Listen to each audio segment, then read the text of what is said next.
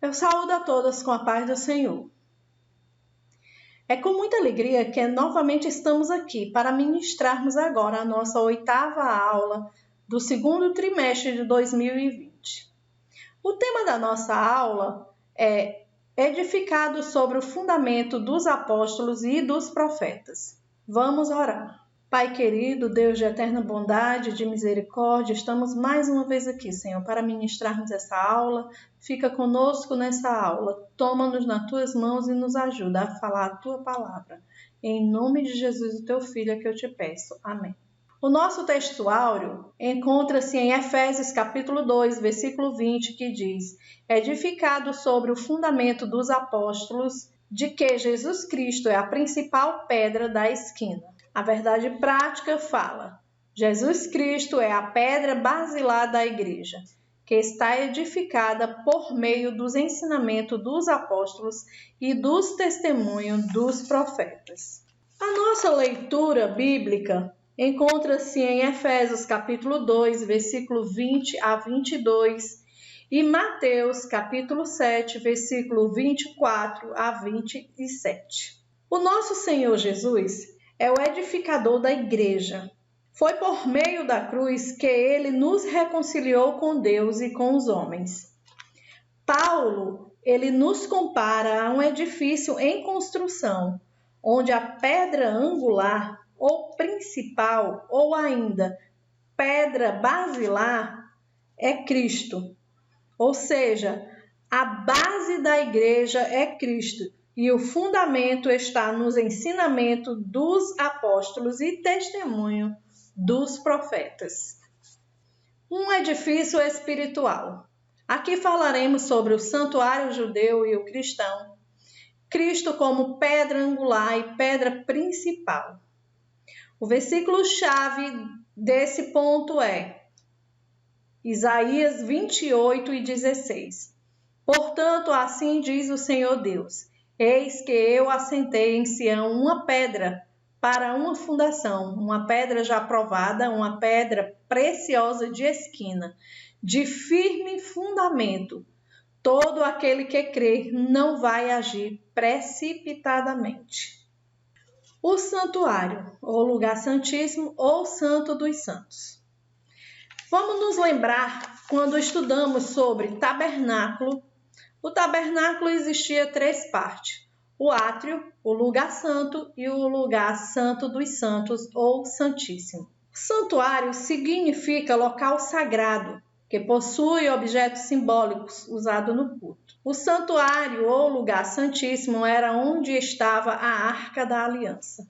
Para os judeus, o santuário era um símbolo do exclusivismo como povo de Deus. Por isso, os gentios não poderiam entrar no templo dos judeus. Mas Cristo morreu na cruz e aboliu essas leis cerimoniais, e o templo judaico perde a sua relevância e surge aí um novo conceito de santuário. O lugar santo era uma sala do tabernáculo no deserto feita de cortinas bordadas e tábuas recobertas de ouro. Mais tarde se transformou numa sala do Templo de Salomão, onde ficava guardada a Arca da Aliança. Era ali que se realizava anualmente uma cerimônia de sacrifício expiatório de um cordeiro sem mácula, oferecida pelos pecados do povo e pelos pecados do sumo sacerdote. Esse tabernáculo era feito por mãos humanas, tanto o tabernáculo do deserto como o templo de Salomão. O tabernáculo cristão, qual a diferença? Tabernáculo cristão é um edifício onde Deus habita em espírito, onde cada crente, judeu ou gentil, são pedras preciosas nesta construção bem ajustada, onde Cristo é a pedra angular. Aqui nós vemos em 1 Reis, capítulo 8, versículo 27, depois vocês podem conferir na Bíblia, que fala: mas na verdade, habitaria Deus na terra? Eis que os céus e até os céus dos céus não te poderiam conter, quanto menos essa casa que eu tenho edificado. Isso aqui foi Salomão que falou. Deus habita em cada um dos seus servos, porque Deus não habita em templo feito por mãos humanas. Nós vemos aqui também em Atos, capítulo 7, versículo 48. O Altíssimo não habita em templos feitos por mãos humanas. Aqui é só uma historinha de quadrinho para a gente fixar bem. O tijolo fala para o mestre: Oi, estou aqui para oferecer meus serviços, espero que você possa me usar. O mestre fala: certo, eu tenho um lugar especial, ideal para você. Cada um de nós somos pedra viva na edificação da casa espiritual, para sermos sacerdotes santos, oferecendo sacrifícios espirituais agradáveis a Deus por meio de Jesus Cristo. 1 Pedro, capítulo 2, versículo 5. Agora vamos falar sobre a pedra angular ou a pedra principal. A pedra angular é aquela que determina o ângulo, que faz com que o edifício fique reto e não caia. É a pedra mais importante ou a pedra principal, posta no canto do prédio para dar sustentação ao alicerce, firmando e unindo toda a estrutura, mantendo as paredes retas no ângulo certo. A pedra angular desse novo santuário é Cristo. Vemos em Salmo 118, versículo 22, a pedra que os edificadores rejeitaram tornou-se agora a pedra de esquina. Vamos para o ponto que fala sobre o fundamento dos apóstolos e dos profetas. O que é um apóstolo?